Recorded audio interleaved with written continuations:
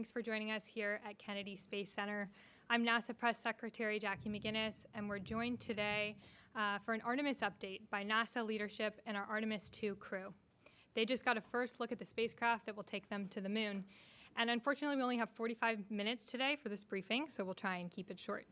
Joining us, we have NASA Administrator Bill Nelson, Deputy Administrator Pam Melroy, Associate Administrator Bob Cabana, Associate Administrator for the Exploration Systems Development Mission Directorate, Jim Free, Artemis II Commander Reed Wiseman, Pilot Victor Glover, Mission Specialist Christina Cook, and Mission Specialist Jeremy Hansen. First, I'll hand it over to the Administrator for a quick update. Thanks, Jackie. The fact that the crew has seen their spacecraft now, this is another major step of us going back to the moon. Remember, we're going back to the moon. It's actually a different moon. We're going to the South Pole. We're going to see several spacecraft, some too, perhaps, from other nations that are going to be landing on the South Pole in the near future, perhaps this year. So there's a renewed interest in the moon. And of course, it's there because the potential of water. And if there is water in enough abundance, then you have the potential for hydrogen and oxygen, which would fit in very nicely with why we're going back to the moon this time after a half century. We're going back to learn to live in a deep space environment for long periods of time so that we can go to Mars and return safely. Now, along the way, there are going to be several scientific excitements, the development of new tools, the development of new implements, the development of new procedures, all of which it's in this Moon to Mars program. And that's the goal. We're going to venture out into the cosmos. We go back to the moon this time in a different way. We go back with commercial partners. And we go back to the moon with international partners. You should have seen the reaction when Reed brought the crew to Ottawa and they were in front of the Parliament. Or you should have seen Jeremy in his 10-gallon hat at the largest rodeo in the world in Calgary, Alberta. There's an excitement there that I can tell you that's quite exceptional as an international mission. You should see the fact that moi, having just returned from South America, 3 countries, Brazil, Argentina, and Colombia, no hesitation about the president of those countries receiving our NASA delegation. And not only excitement, but enthusiasm of presidents that amazed our U.S. State Department embassy staffs that would accompany us. There is this excitement in the international community. And of course, all along in the science that we're going to discover things just like I say about the James Webb Space Telescope, we're going to answer questions that we don't even know what the questions are right now. But I remember back on the 60th anniversary, they had me go to Houston 60 years to the day, and Rice University was having this celebration. And it was in the same place that President Kennedy spoke to an audience in that Rice Stadium. This was, a long time ago, but he said he had already declared in a speech to the joint session of Congress about a year earlier. In the meantime, John Glenn had flown, so we knew we were on our way. And Kennedy went there and he said, we go to the moon not because it's easy, but because it's hard. And space is hard. And there are those discoveries in overcoming this very hard environment that are going to fill us and our nature as discoverers and as adventurers. And that's why we're going back to the moon and then on to Mars. Thanks, Jackie. Thank you, sir. And now Deputy Administrator Maury. Is it on? Okay, great. It is really a thrill for Bill, Bob, and I to be here with the Artemis II crew to see their flight hardware. I think it brings back happy memories for the three of us of seeing our flight hardware, but also a shiver down our spine as we step forward into the next chapter of our destiny in human spaceflight. So we are going to stay, as the administrator said. That's very important, and we have the hardware, not just for Artemis II, but for flights all the way out through Artemis 6 already in work. And that's very significant.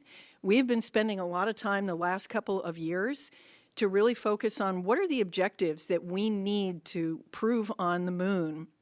What exactly do we need to learn before we're ready to go to Mars?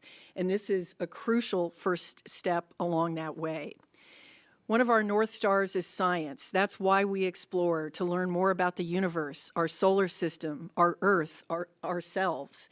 And there will be some exciting experiments on Artemis II, mostly focused on radiation and crew, because we now have the opportunity to have a crew that we have to advance this particular kind of science. But I do want to say for a moment, personally, as a test pilot, how important this mission is for test flight. All the things that we want to do with this vehicle, we have to understand that vehicle and its capabilities and push its envelope in order to achieve all the things that we hope to do with it in the future. So that is the critical focus of this mission, is to do that test flight, to push the boundaries, to learn about this vehicle and its capabilities so that we can continue to do amazing things on the surface of the moon and then eventually on Mars. And this is the beginning of that cadence, and we're excited to be here today to see us off on that first chapter. Well, I just want to say that it's always great to come home to Florida and KSC. This is where the action actually is, and not up in Washington, although it's a different kind of action up there.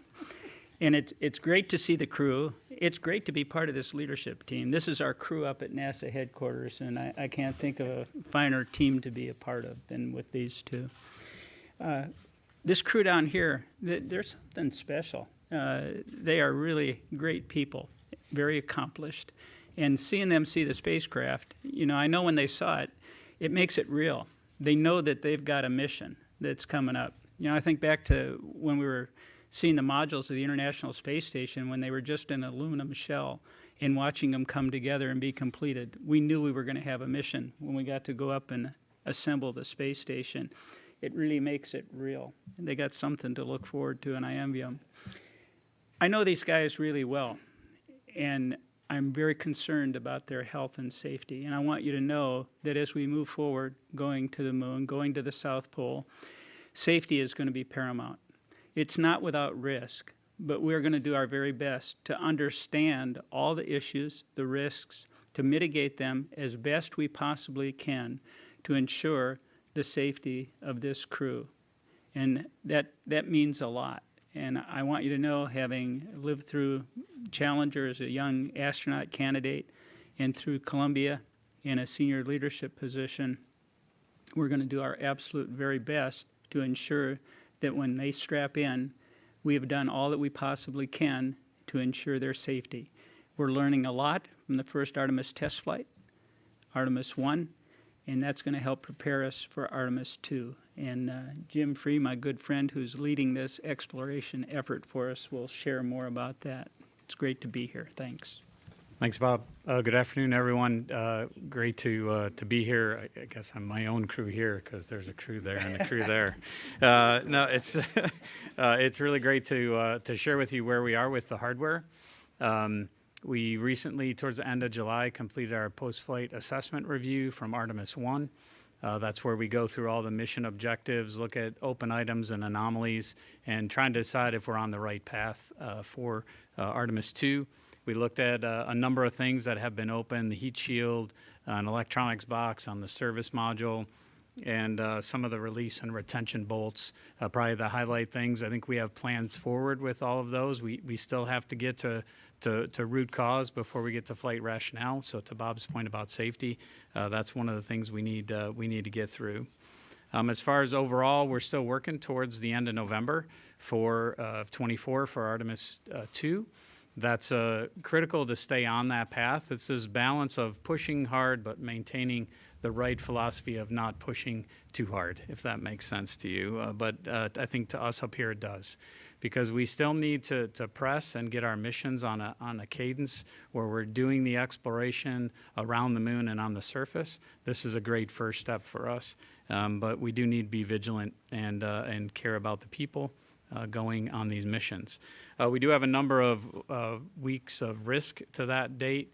The crew module is the critical path right now. We have to get the crew module assembled and tested and then mated with the service module, then turn it over to the ground system folks here for processing. The Exploration Ground Systems team here continues to push towards a mid-November roll of the mobile launch tower out to the pad to do some verification and validation tests of all the systems that have been upgraded and repaired since Artemis I, and they're on a good path to the 16th. They completed a couple weeks ago the repair of the cable that holds up the crew access arm. So that was a big change. We were originally going to roll out on the 1st, but that was one repair we had to make. Orion, I talked about the crew module already. I'm sure it was great to see inside that for the crew. The service module was handed over from our European service module partners in the European Space Agency in June. We're continuing to work on the heat shield. We'll probably look for final disposition of that early next year. The Space Launch System, all the hardware is here right now except the core stage. We're holding the core stage back in Louisiana for some repairs that we need to make to one of the downcomers, and that'll probably be shipped in the November timeframe. There's no impact to the overall critical path or anything for stacking, which will probably start in the February timeframe of next year. From a flight ops perspective, obviously the crew training is well underway. The landing and recovery team, which is part of the ground system group here at Kennedy, did the underway recovery test number 10 last week, which included a night recovery. And I know the crew got to see the team in San Diego before they put to sea. We're really not working major issues right now. We have some of the dispositions I talked about, but I think we're on a good path, and I want to stress that vigilance piece. I tell everybody, and I think I sat here at this table and said Artemis I was a great mission. We learned so much from it. The success was incredible. The only thing that carries over from that mission is the engineering. We're using all new hardware, so that vigilance of putting that hardware together and calling out when things are not right or there's a concern is really important, because these four folks next to me here depend on us to do that. So that'll be a focus of the team, and look forward to talking to you as we head closer to Artemis II. Reed? Awesome. Thanks, Jim. We made it to Kennedy. This is awesome. I'll speak on behalf of Victor, Christina, and Jeremy, and then we'll get into some questions. But we're fired up. It's a great day yesterday when you walk around the corner at the Neil Armstrong Operations and Checkout Facility, and there's your spacecraft that you're going to ride in. The ship, as they call it over there. And we got to look inside and hang out, and it was really quite fascinating. We've been busy since April 3rd. It kind of started with a bit of a media blitz, but then we got down to work. We've been studying spacecraft systems at the Johnson Space Center. We have gone out to Denver to visit with the Lockheed facilities out there and meet the engineers that are working on the vehicle, from the software, controls, and displays. As Jim said, we were out in San Diego working with our beloved United States Navy and the rescue and recovery forces that are working alongside NASA. And now here we are for our first visit as a crew to Kennedy Space Center. I think I want to touch on just two quick things. First, we get asked often what the measure of success for Artemis II is. And to the four of us sitting here, the measure of success for Artemis II is seeing our colleagues on the lunar surface, seeing our colleagues assembling Gateway, and then seeing people that are following in our footsteps walking on Mars and coming back to planet Earth. Like, that is the measure of success for us. Artemis II is the tiniest footnote in the Artemis campaign, and that is really what we believe. And every day that we go to work, we're looking at this vehicle for the future. We're not looking at this vehicle for Artemis II, and that means a lot to us. The other thing that I wanted to say, because it's really struck us, is we hear about the hardware, and it's real. Most of you saw it this afternoon with the spacecraft. Those that have been to Michoud have seen the booster. Out in Utah, our solid rocket booster segments are getting ready to be shipped down here for stacking. But as we go around and see the hardware, the thing that blows us away is the quality and the youthfulness of the people that are working on this program. These Americans, these Europeans, our Canadian allies to the north, when you get in these small rooms of 15 to 20 people and you see not only how hard they're working, but how motivated they are, how excited they are to be a part of this every single day. I wish every American, every Canadian, every European, everyone that's a part of Artemis, I wish they could just go see what we get to see, the quality of these people. It is totally awesome. Thank you. Thanks, Reed. And now we'll take your questions. For those of you joining us on the phone, you can press *1 to join the queue. And for those of you in the room, if you could wait for the mic to reach you. First, we have a question with Marcia Dunn with the AP. Marcia Dunn, Associated Press. Maybe for Mr. Free, or I don't know. What's your working target date for Artemis 3? Is it still late 25? And for Artemis 2, is there any thought being given to upgrading to a real orbital flight? And if not, why not? And maybe you could tell me if that adds so much more complication that you wouldn't even want to try it, Reed. I don't know. But those are my questions. Yeah, so for Artemis 3, we're still working to our contractual dates with everyone, which is the December of 25. We did receive a updated schedule from SpaceX that we're looking to get some more detail on. We were at Starbase a couple weeks ago and really spent some time going through their major milestones to the Artemis 3 mission, which includes a prop transfer mission as well as the uncrewed demo. So really kind of sharing our philosophy, their philosophy, where they are with the hardware, trying to understand their schedule some more. So I think we'll look at that and update around that in the near future after we have some time to digest it. But what we're holding all the contractors to is that December of 25 date. We may end up, flying a different mission if that's the case.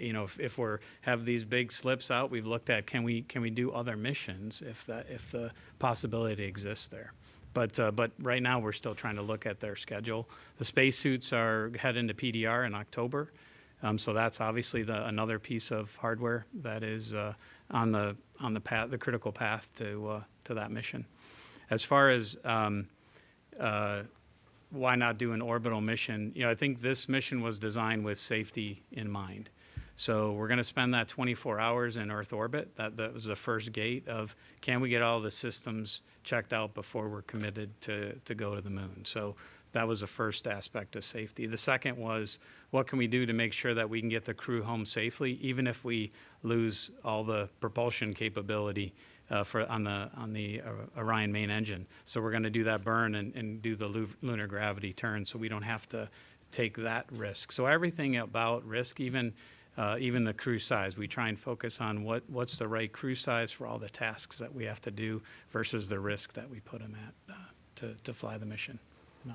don't know if you want to address The only thing I'll add is every day I go to work, Jeremy tells me that we're putting this thing into low lunar orbit, and I keep telling him, no, we are not, because we are doing the highly elliptic orbit using the interim cryogenic propulsion stage, and our TLI will be done on that European service module built by Airbus, and we're going to use our prop there. We're going to use it smartly. I look at this mission profile as 3 orbits of Earth, and I really like the way we build on it. Our first orbit is 1,200 nautical miles. We get that first 90-minute checkout of spacecraft systems, and if there's something that our mission control teams in Houston don't like, we come home. And then we do that big, highly elliptic burn, and we go out to 38,000 miles, which we're going to be glued to the window at the apogee on that one. But that gives us our 24-hour return capability, and if everything's looking good, we do our TLI burn, which is also our deorbit burn, really, and then we do a few course corrections on the way out and the way back. So I really like the way safety is built into this mission profile, and I don't think we're going into low lunar orbit on this one. Thanks all. Tom Costello with NBC, here in the middle.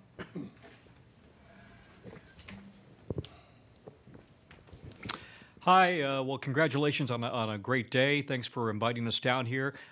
Senator Nelson, to you, there is some discussion about the fact that America isn't the only one aiming for the South Pole right now. Potentially, you've got the Chinese also targeting the South Pole, and maybe even the Russians. Can you give us a sense of what is in play here in terms of the geostrategic issue and needing to get to the South Pole? And is this a competition to see who gets there first and who would have access to that frozen ice, to the water?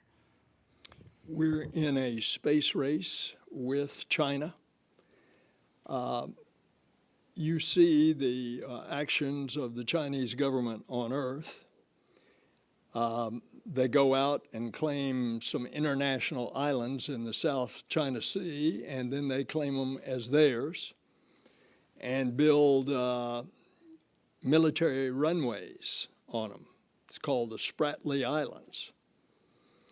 So we want to make sure that the ideals of the Artemis Accords, which now have 28 countries have signed, and there will be others that will be shortly following, those ideals that we have the peaceful and cooperative uses of space together internationally. That's basically the framework of the Artemis Accords. So naturally, I don't want China to get to the South Pole first with humans and then say, this is ours, stay out, like they've done with the Spratly Islands. You look at pictures of the South Pole, it's not like what you saw where Neil and Buzz were landing, constantly lit from the sun, a few craters here and there. The South Pole of the moon is pockmarked with deep craters. And because of the angle of the sun coming in, most of those craters are in total darkness the entire time. So it lessens the amount of area that you can actually land on and utilize. And if indeed we find water in abundance there that could be utilized for future crews and spacecraft, we want to make sure that that's available to all, not just the one that's claiming it. Now, you mentioned Russia. As a matter of fact, Russia has just launched a probe to land on the South Pole. We wish them well. As you know, we've had a cooperative relationship with Russia ever since 1975 in Apollo-Soyuz. We built the space station together, we operate it together. But I don't think that a lot of people at this point would say that Russia is actually ready to be landing cosmonauts on the moon in the time frame that we're talking about going to the moon, or that possibly China would be. And so I think the space race is really, Tom, I think the space race is really between us and China, and we need to protect the interest of the international community for exactly the reasons I've laid out. Thank you, sir. Next question, Kristen Fisher with CNN here in the front. Thank you. Jim, my question is for you, and I just want to follow up on Marcia's question about the timeline for Artemis 3. Back in June, you said that you were really concerned that SpaceX's Starship won't be ready in time and that it could push the first launch attempt into 2026. And so I'm curious, after your trip to Starbase, has that level of concern grown, diminished, and if you can give us any insight into what your conversations with SpaceX are like right now? Sure. So I don't. They need to launch, as I said back in June. They need to launch multiple times, not just for us, but for them. And then they need to launch multiple times for us. So we really want to see them find the success in their launches, including the next one, which I know they had a booster fire for the other day. I think my concern is the same because they haven't launched. And now our insight that we got from our visit there was tremendous. We really spent, I think it was a 12-hour day. We got to see some of the hardware, but most importantly, our teams had the chance to talk and go through the details of that cryogenic propellant transfer mission, the ship-to-ship transfer, which is the next big milestone in our relationship with them. It's a kickoff for one of our design reviews. We got a we were able to convey for them the importance to us of talking about the whole picture. The administrator, I think, gave you the big picture. We need to talk about what it takes to get those people on Artemis 3 to the surface. They're excellent at their technical details, and I think just continuing to grow our relationship beyond commercial crew in this area, conveying why it's important for us to see that end-to-end schedule. We have the other elements coming together. That's another concern for me. It's Starship doesn't exist by itself. There's interfaces for our suits. So our suits contractor has to understand the interface and the design and the emulators and simulators that are ready for that. Similarly for Orion, we need that interface to be worked. So I think we have a better understanding in the big picture, our relationship, our needs. But we know they've proven that they can make great progress. I'm sure they will continue to do that. But as I said to Marcia's question, we really are trying to get in the details of that schedule, because when we come up with a date, December of 25 or whatever that date might be, we want to have confidence for our teams that we all have a realistic path to get there. Thanks, Jim. Next, we'll take a question from the phones. We have Joey Roulette with Reuters. Thanks, Jackie. Just to follow up on that last question for Jim Free, you had mentioned SpaceX sent NASA an updated schedule. What did that schedule propose? Did it propose backing off of the December 2025 date and doing it sometime later? Based on what you've seen now, I know NASA's still evaluating things. What do you think is a realistic date for that mission based on what you know now? Thanks. Thanks, Joey. I think my mom's probably watching this and she'll say, never did I think that Jim would get more questions than the astronauts on the panel. I think our teams are really trying to understand. I'm not going to give you a date, Joey, because our teams are trying to understand what are those trades. So we obviously have to go through a contract change when we make this, because we had a contractual date with SpaceX. And we need to understand where the pressure points are that they have, where our needs are with some of the emulators, simulators, and interfaces that I talked about, and then decide what's the realism of that. We don't want to kind of zero margin schedule. We have to understand what the margin is in all of this. So in order to do that, our teams have to interact. That meeting at Starbase I talked about was one of many. And then I think we'll come out in concert with the leadership team of the agency and say, hey, here's where we think it's realistic, what that date is. Thank you very much. Next question here in the middle.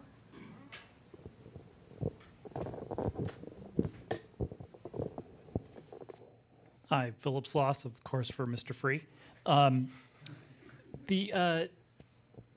You were talking about the issues with Core Stage 2, Michoud. When do you expect the stage to be ready for the engines to be installed? And if you have, understand you still have a decent amount of margin in that schedule. What's the need date that you need the stage here at KSC? With stacking happen in February, that if it's not here in February, that's where it'll start to impact the critical path. But the Boeing team down in Michoud has a good handle on the work. This is a different flow than the stage went through the last time, because the stage the last time went down to Stennis and went vertical and had some traveled work with it there. Whereas this time we're doing all of that work at Michoud. So it's a little bit different flow, and we don't want to push it down here and then have traveled work down here that then brings the team from Michoud. We want them to do it. It's a little more challenging at Michoud because we have to rotate the vehicle, whereas if it's vertical, you can kind of get to all sides of it at one time. So it adds a little bit of time to it, but we feel like the best place to do that is Michoud, so we'll leave it there. But I don't expect it to go much past November. This last little issue we had on one of the downcomers was really minor in the grand scheme of things. But I don't see it pushing much past November. Thanks, Jim. Here on the left. Stephen Clark, Ars Technica, another one for Jim Free. You mentioned several weeks of risk to the November 2024 date. Do I take that to mean that you have several weeks of margin or several weeks of negative margin, so to speak, for that late November date? It's negative margin, yeah. And would you characterize the heat shield issue as sort of the largest unresolved issue coming out of Artemis 1 at this point? And can you update us on what the root cause of that uneven charring and ablation of the heat shield was, and any mitigations that you're looking at for Artemis 2, either on the hardware or in the way you fly the reentry? Yeah, I think I definitely want Reed and the crew to weigh in here. I think it's definitely the biggest open issue out of one. We're going towards root cause, and I think this goes to Bob's comment about safety, and what the leadership team here has asked of us is focus on root cause. We've been through 2 series of tests in the ArcJet out at Ames. The 3rd series is happening this month.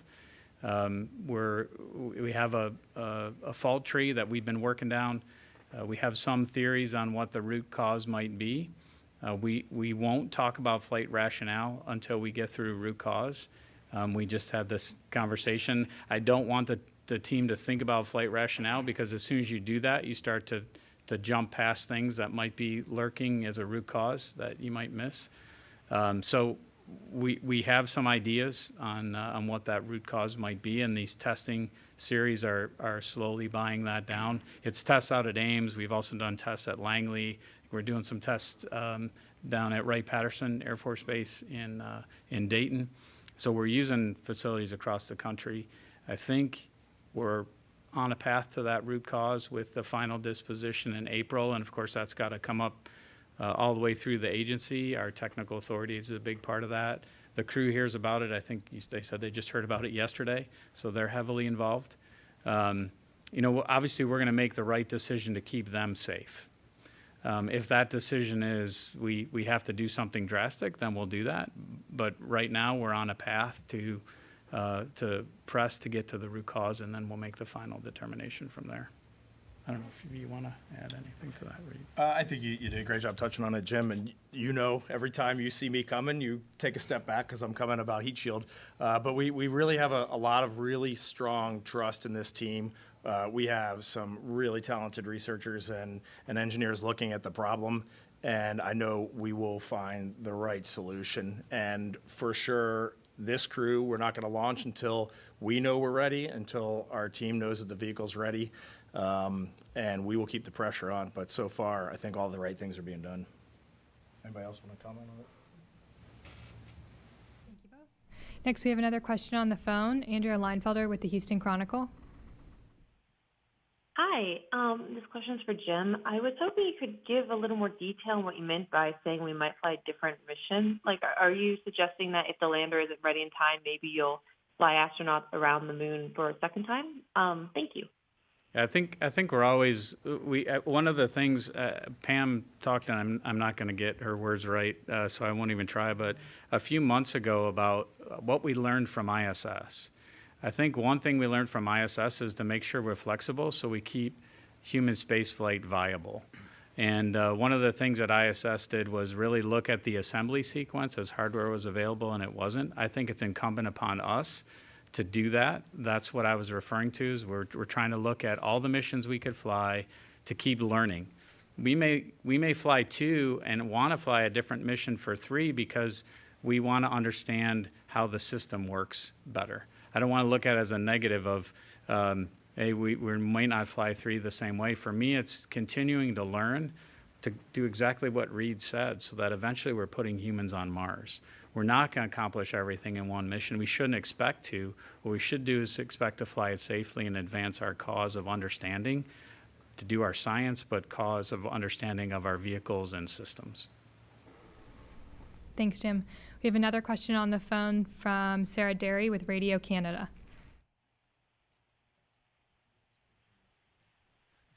Sarah? Le vaisseau Orion, comment ça s'est passé aujourd'hui? Peut-être un mot sur ça, s'il vous plaît. I'll say a couple words in French and then in English so it's understood here as well. But pour moi, c'était incroyable de voir la capsule Orion pour la première fois. C'est la première fois que j'ai vu dedans la capsule et c'est magnifique. Et seeing the capsule for all of us sent shivers down our spines as we saw it for the first time inside, and real flight hardware made a real impression. And something that it's kind of stood out for me over the last couple months as we've been getting into the systems, digging in deeper to the systems, is that I already knew going to the moon was hard. Administrator, you talked about it. Kennedy talked about it. That's why we're doing it. I already knew it was hard, but boy, it's harder than I thought. As I start to look at all the systems and all the people trying to get to the solutions that we need to really get to the moon and get back and still be breathing when we land in the Pacific Ocean, it makes an impression. And when we're talking about timelines and stuff, what's so obvious to all of us behind the scenes when we see it day to day is the success is not in the final solution. It's not in the touchdown or the launch date. The success is in the learning that's happening like right now. Like learning is happening right while we're sitting here in stuff that is going to serve us on our ultimate objective, which is to get to Mars. Here on the right, do you have to say? Yeah, J.D. Gallup with Florida Today, USA Today. Just a quick question. You talked about training and testing. What do you guys do to relax? What are you doing to kind of mentally prepare for going on this mission? You go first, I'll follow up. So, we spend a lot of time doing this, spending time with you all, sharing the good news. So honestly, when we're not doing this, that's a good time too. But no, we understand how important this is, and thank you for being here to share the story. But I have a family. I'm a husband and a father, and just the time that I get to spend with them, and they understand how hard we're working to make this successful. And so just being able to be home and truly relax, that is a win in and of itself. So it's great to be here, but it's also going to be great to get back home. Yeah. And, Victor brought up family, and I think one of the fun things that we do as a crew is get our families together. When we travel, oftentimes our families will come and they'll get to know each other, and that is really a great way to integrate. We feel like a family in and of ourselves, and I think they are also feeling that way. But just taking time. Last night, for example, on this trip, we found a restaurant, and the 4 of us went out to dinner together and had a great time, just, camaraderie and spending time together. So all the normal things, just like we'll have those group meals in space in the Orion vehicle. We're doing it here on Earth to prepare for getting to know each other and all that trust and relationship building that's going to be needed for ultimately the successful mission that we're going to do together. And I'm hearing whispers or question about which restaurant. We're government employees, we're not allowed to no endorsement. Next question. Richard with the Orlando Sentinel. Hi, thanks. And this is for the astronauts. Sorry, Jim. last time Reed and I were in the same room, we spoke. We had an Apollo astronaut telling us great stories. I'm wondering if each of you have had the opportunity to discuss with any of the people still with us who have already traveled to the moon, and if there's any inspirational stories that you might be able to share. Thank you. I almost missed a call from General Tom Stafford because I thought I was a telemarketer on the day that we were announced as a crew on April 3rd. And I did pick up the phone, and what really shocked me was how unbelievably excited he was that we are going back to the moon for the agency, for the nation, and for the planet. So that was my story. And, someone who is very active in lunar science, period, and obviously the architecture that we're going to use to go back to exploring the moon and beyond is Jack Schmidt. He's still around. He's still very active. And to see his excitement and continued enthusiasm about this project is great. And so he's always been around. But someone who I've had some really interesting conversations with about recently, and he didn't go to the moon, but was an Apollo astronaut, Rusty Schweickart. And our conversation centered around human nature and ancient wisdom. And I'm gonna save it for later because I think he's gonna have a chance to tell some more of this story. But the ancient wisdom part was a really, really fascinating conversation. Good time for one more question. Here in the front. Yusuke Tomiyama, The Yomiuri Shimbun, Japanese Daily. My question is to Mr. Nelson. You mentioned the difference between the Apollo program and the Artemis program. One major difference is international cooperation. Japan secured the opportunity to both fly on the Gateway in the Artemis program, but the opportunity to land on the moon has not decided, so uncertain. What do you think about the opportunities for Japanese astronauts to land on the moon? This is a question that every country, most every country in the world is asking. And of course, the specific answer to your question will be decided years later. Thus far, those countries that will be represented by an astronaut going to the Gateway have participated in the planning and will participate as part of the Gateway, which is the mini outpost or space station that will orbit the moon. The question about landing on the moon is to be determined. Obviously, it will be as a result of a participation. In Japan's case, Japan is very interested in doing a compartmented, pressurized rover on the moon. That would certainly be a part of the consideration, but other nations are doing the same kind of planning for the future as well. So even though we have a U.S. ambassador in Japan named Rahm Emanuel who constantly is asking me on behalf of the Japanese government these questions. Nevertheless, that's going to be determined some period in the future. All right, thank you all so much. Unfortunately, that's all we have time for today. I know we had a lot of outstanding questions, so please feel free to reach out to us in the NASA newsroom. You can learn more about NASA's Artemis missions at nasa.gov/Artemis, and I hope you have a great rest of your day.